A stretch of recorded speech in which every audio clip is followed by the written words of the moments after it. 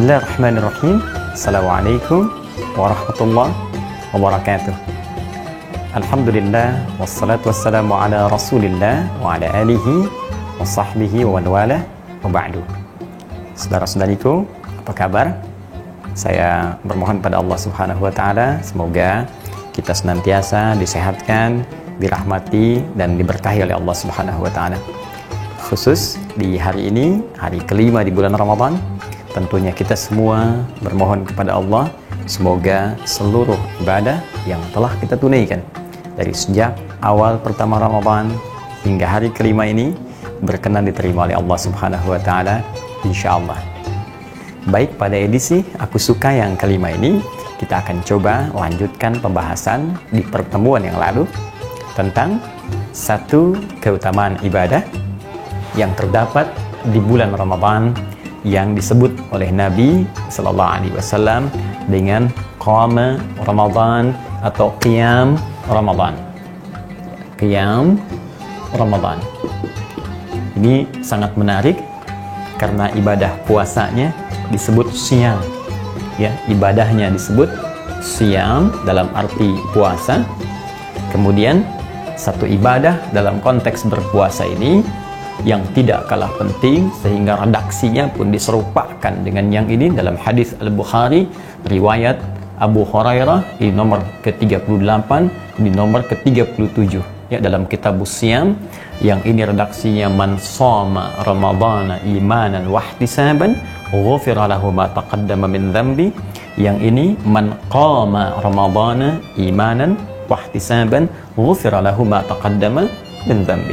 Secara singkat, kemarin kita telah uraikan bahwa ibadah qiyam ini berupa salat yang ditunaikan di malam-malam Ramadan yang memberikan dampak luar biasa berupa anugerah Allah Subhanahu wa taala yang bisa menggugurkan semua dosa-dosa yang pernah dikerjakan dari sejak balik sampai proses qiyam itu dilangsungkan. Artinya ketika kita menunaikan sholat dimaksud sesuai dengan ketentuan yang dicontohkan, dituntunkan oleh Nabi SAW, berpeluang muncul makna Ramadan dalam arti membakar, menghanguskan seluruh dosa-dosa kita sehingga Allah berkenan mengampuni apa yang telah kita kerjakan dari kesalahan yang diperbuat di masa-masa yang lalu. Nah, di pertemuan yang lalu kita telah ketahui bahwa formulasi bilangan sholat ini, bilangannya ya, pertama tidak terbatas dikerjakan berdasar hadis riwayat Muslim dari sahabat Ibnu Umar radhiyallahu taala anhuma nomor hadis 749 telah kita tuntaskan pertemuan lalu. Namun demikian standar, bilangan standar ya dari Nabi sallallahu alaihi wasallam yang bisa dilacak lewat hadis-hadis yang sampai kepada kita adalah berdapat 11 rakaat ya, dengan formulasi bisa 2 plus 2 plus 2 plus 2 kemudian 1 ya. Kalau Anda ingin jadikan ini 2 plus 2 plus 2 plus 2 plus 2 10 ya, bilangan rakaat qiyamnya ditambah dengan 1 untuk witirnya. Bisa juga kalau Anda tunaikan 2 2 2 2 ini 48 plus 3 ya, jadi di sini bisa 8 plus 3. Bisa formulasinya kita ambil 4 plus 4 ya, kemudian plus 3 berjumlah 11 rakaat. Yang ini formulasi ditemukan kemarin telah kita tuntaskan di Abu Daud nomor hadis 1367, rawinya sahabat Ibnu Abbas radhiyallahu taala anhuma Sedangkan yang ini ditemukan dalam kitab Sahih Al-Bukhari, riwayat Ummul Mukminin Sayyidah Aisyah radhiyallahu taala anha, nomor hadis 2008. Nah, di sini kita berhenti kemarin tentang jumlah bilangan salat malam yang disebut dengan qiyam itu. Sekarang yang akan kita fokus bahas adalah tentang sifat, cara bagaimana Nabi menunaikan salat dimaksud. Seperti apa bacaannya, seperti apa beliau dalam proses penunaiannya, sehingga dengan itu bisa meraih apa yang dijanjikan oleh Allah melalui lisan Nabi SAW, ampunan yang diturunkan dalam proses penunaian salat dimaksud.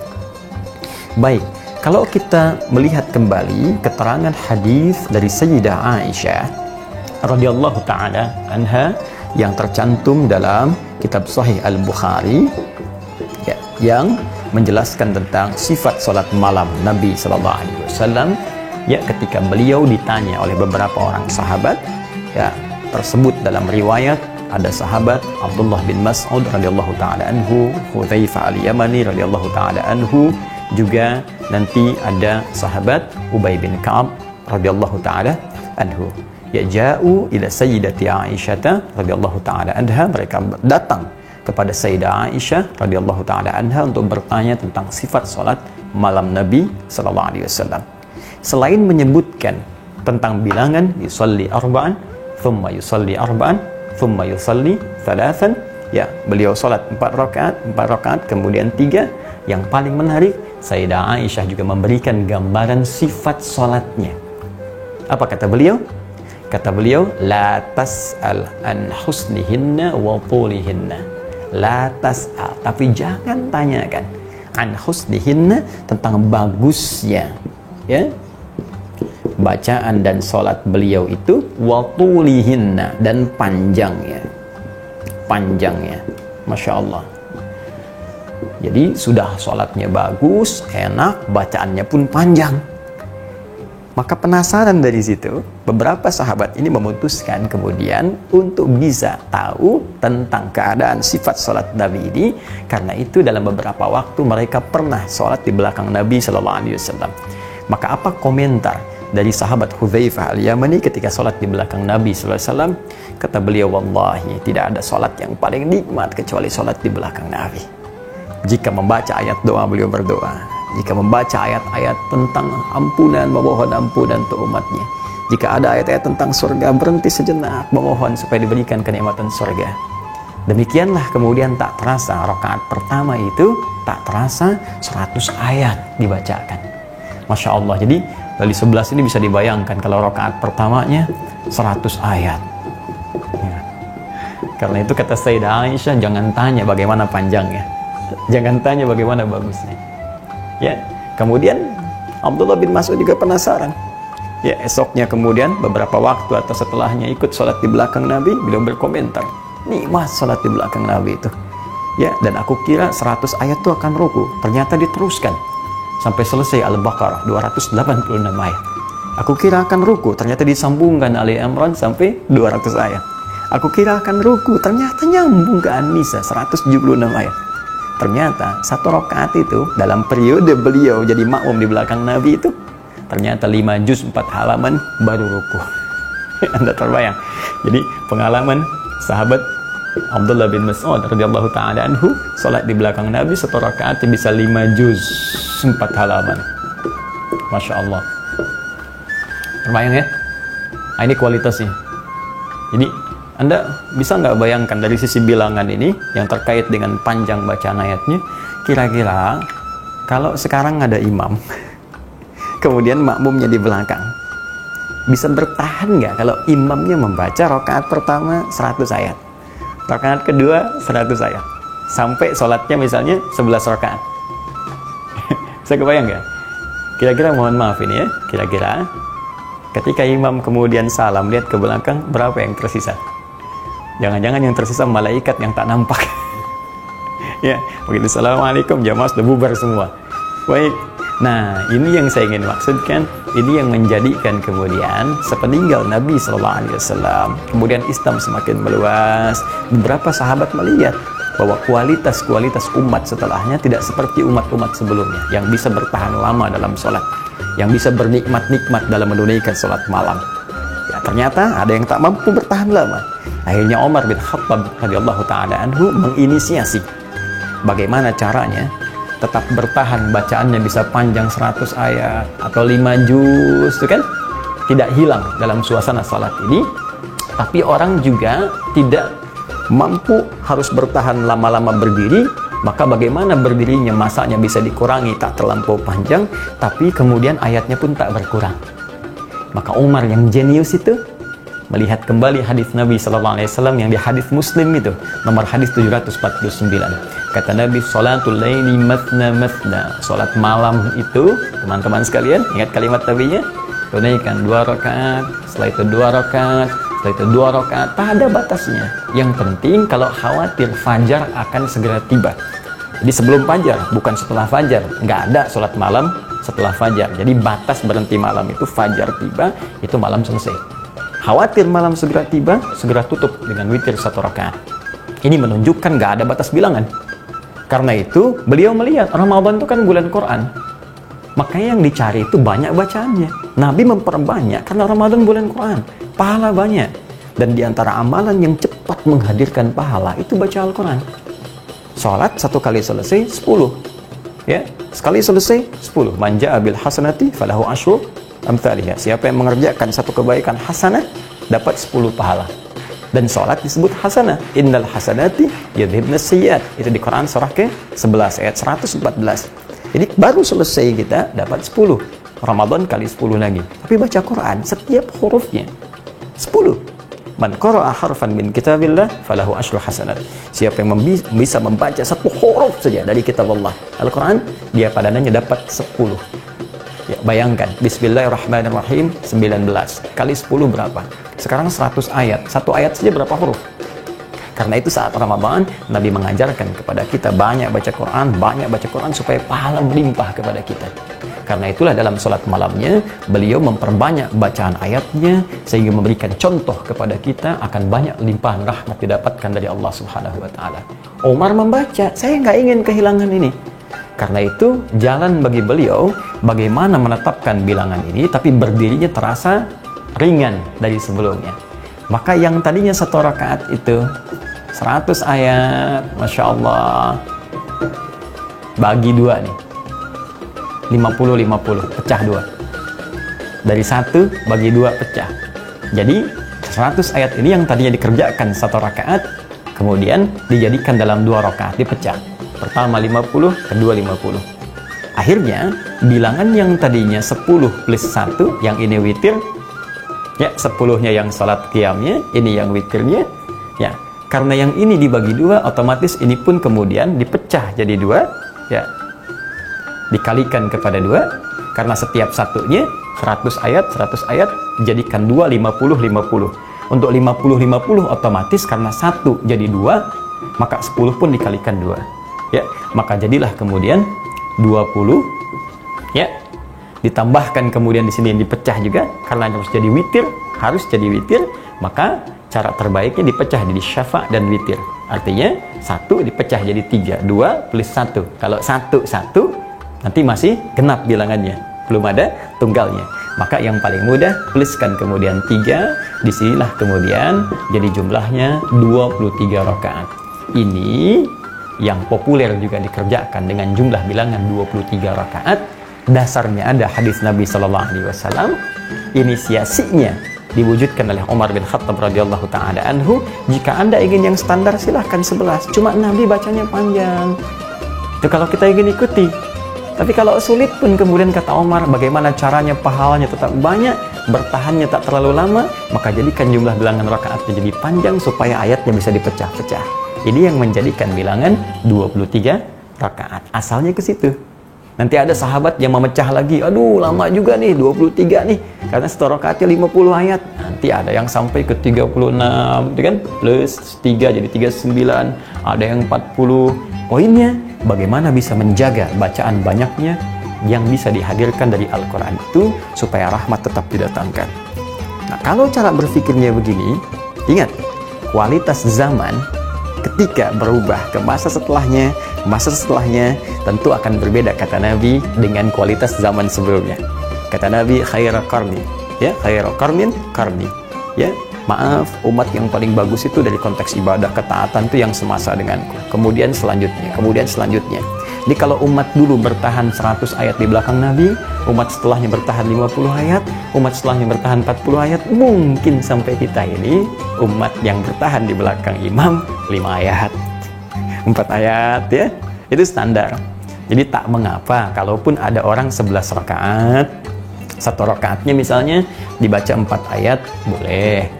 Dibaca 5 ayat, boleh. Ya, tapi kalau kita bisa tambahkan dari setiap hari meningkat akan lebih baik. Jangan sampai begini. Jangan sampai misalnya sudah 11 rakaat yang dipilih misalnya yang sangat pendek luar biasa. Atau jangan-jangan cuma potongannya aja, Allahu Akbar waladhdallin. Selesai Yasin. Oh, dikirakan panjang, Allahu Akbar. Ya. Nah, itu tidak elok rasanya. Jadi silahkan ambil yang standar. Atau jangan tertukar juga begini. Yang 11 rakaat bisa baca surat-surat bagus. Selesai 11 rakaat 1 jam, 60 menit selesai. Ya, tarawih jam 8, 20.00, selesai jam 9, 21.00. Ya, yang ini selesai 1 jam. Kok bisa yang 23 rakaat selesai 7 menit? Allahu Akbar, Allahu Akbar, Allahu Akbar, Allahu Akbar. Nah, ini juga jadi pertanyaan. Ya, jangan jadikan dalil khusus untuk yang umum. Kita ambil spesifikasi dulu. Tapi kan ini beda Ustadz, kualifikasinya ini begini, ya silahkan, itu mungkin golongan khusus. Tapi nggak bisa kita jadikan sebagai tataran umum dalam gambaran sholat yang dituntun oleh Nabi dengan satu ketentuan tertentu, dengan syarat-syarat dan keadaan tertentu. Jadi saya ingin ambil poinnya, bahwa dalam konteks penunaian 11 ataukah 23, ini contohnya ada, diikat dengan dalil-dalil, tersambung sampai ke Nabi SAW, dan tidak perlu menjadi bahan perdebatan. Awas, ini nggak ada kaitan antara NU Muhammadiyah. Ya, yang Muhammadiyah 11, yang NU 23. Apa yang ingin katakan ini sahabat ini NU, sahabat ini Muhammadiyah, kan tidak. Jangan ya. Baik, dan kita saling menghormati. Alhamdulillah, ada saudara kita dari NU kita hormati, saudara kita yang Muhammadiyah kita hormati. Masya Allah, kalau semuanya bisa rukun dengan baik, maka akan kuat dan dahsyat ya kerukunan keislaman di Indonesia ini, memberikan inspirasi. Ya, inspirasi bukan hanya untuk umat di dalam, tapi juga insya Allah untuk di dunia. Itu poinnya. Nah, sekarang bagian terakhir yang ingin kita ungkapkan di konteks sholat ini, Ustadz, selain bacaannya tadi bagaimana keadaannya Nabi ketika sholat kepada makmum? Ternyata kata sahabat itu Masya Allah, enak, bacanya terasa menyentuh kepada jiwa, ada getaran dalam roh kita. Dan setiap selesai 2 rakaat beliau, ya, ataupun 4 rakaat dalam riwayat Sayyidah Aisyah, duduk dulu, santai dulu, zikir dulu, Allahumma innaka afuwun tuhibbul afwa fa'fu anni. Setelah itu bangkit sholat lagi, santai. Sesuatu yang dikerjakan dengan santai, yang setiap gerakan dan bacaannya ada pengaruh kepada roh, kepada jiwa. Roh itu disebut dengan tarwihah dalam bahasa Arab. Tarwihatun. Seperti ini ya, tarwihah, tarwihatun, tarwihatun. Ya, rawwaha, rawwihu, tarwihah. Akar saya kata roh, sesuatu yang menenangkan, berdampak kepada jiwa, santai, enak. Jadi begitu dibaca itu ada getaran ke jiwa kita. Baca ayat-ayat surga, pengen ke surga. Baca ayat neraka, takut, ingin tobat, sehingga minta ampun pada Allah, mengalir, tak sadar air mata kita mengalir. Ampuni saya Allah yang selama ini jauh darimu, selama ini jarang ibadah, selama ini nggak sadar kalau kematian itu mengintai, selama ini nggak sadar kalau semua yang ada pada diriku akan dihisap. Tiba kemudian jatuh air mata kita, itu yang dimaksud tarwihah namanya. Kalau sekali dikerjakan. Tapi kalau 2 kali dikerjakan, 3 kali dikerjakan, 4 kali dikerjakan, 11 kali dikerjakan, 23 kali dikerjakan, maka bentuknya jama' dari tarwihah menjadi tarawih. Ini asalnya. Ya, tarawih. Nah, inilah kemudian yang kita kenal dengan sholat tarawih. Jadi sebetulnya sholat tarawih itu yang disebut qiyam tadi. Jadi tarawih itu sifatnya. Kalau ingin menunaikan sholat ini sehingga mendapatkan manfaatnya yang disebutkan oleh Nabi tadi, berpeluang diampuni dosa kita, nyaman roh kita, maka kerjakan dengan tarawih. Kerjakan dengan tenang, jangan buru-buru. Kerjakan dengan nyaman. Sehingga kalau ada imamnya baca bacaan yang bagus sehingga terkesan kepada jiwa makmumnya. Dibacakan dengan santai, duduk dulu, doa dulu sehingga terasa kenikmatannya. Jadi begitu kenikmatan itu dirasakan, itu yang mendatangkan ampunan Allah Subhanahu wa taala. Ghufira lahu ma taqaddama min dhanbi. Jadi jangan sampai terjadi begini, hanya Anda bangun sholat tapi ke jiwa nggak ada perubahan, ke hati nggak ada rasa. Itu yang diisyaratkan Nabi, rubba qa'imin laisa lahu min qiyamihi illa sahar.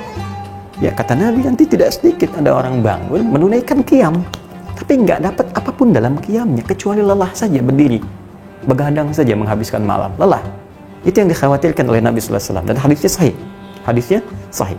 Karena itu para ulama mempopulerkan nama tarawihnya dibandingkan dengan qiyamnya, karena orang sudah mengerti semua bangun itu pasti qiyam, tapi tidak semua yang qiyam bisa punya sifat tarawih. Seakan ingin mengatakan kepada kita, kalau Anda bangun di malam ini jangan sia-siakan, karena belum tentu semua malam itu bisa Ramadan. Kerjakan dengan tarawih. Itu maksudnya. Nah, sekarang apakah mengerjakan tarawih di masjid sama dengan di rumah, khususnya dalam situasi lockdown seperti ini? Nah, bagaimana cara kita mempraktekannya? Itu yang akan kita jawab di edisi Aku Suka yang ke-6 esok hari menjelang buka, insya Allah. Demikian yang saya sampaikan, semoga bermanfaat. Mohon maaf jika ada khilaf.